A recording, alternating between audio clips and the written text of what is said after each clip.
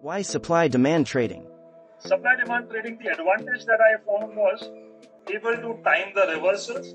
Very simple strategy, not complicated, it's based on price action. So you're not worried which indicator, which setting to use and all that stuff. And it works across asset classes, across time. That's the beauty of supply and demand. How much money can I make in the stock market?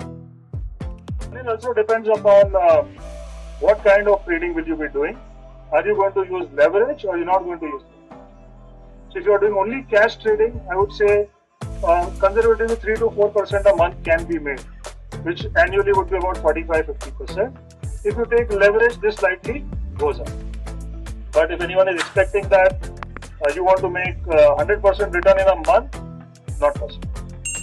I haven't achieved it, so I would say not possible. But 3 to 4% a month in cash trading possible, with leverage 8 to 10% is done. Doable.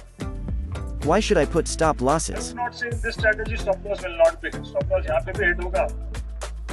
So this strategy you will be right 6 times out of 10 times. But yes, when you are right, you will make big. When you are wrong, you will lose small. So stop loss is part of every strategy. Why indicators are not useful in trading? But in indicator, the biggest problem is to find out which possible indicator to use. So many RSI, MACD, stochastics, Bollinger Band, and I have seen traders putting in all kinds of indicators on the chart.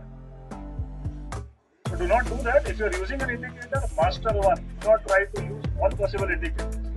सारा कुछ वही signal देने वाला है. Everything is going to tell you the same signal. Do not use multiple indicators, and the best is try to read price. That's what we are going to do.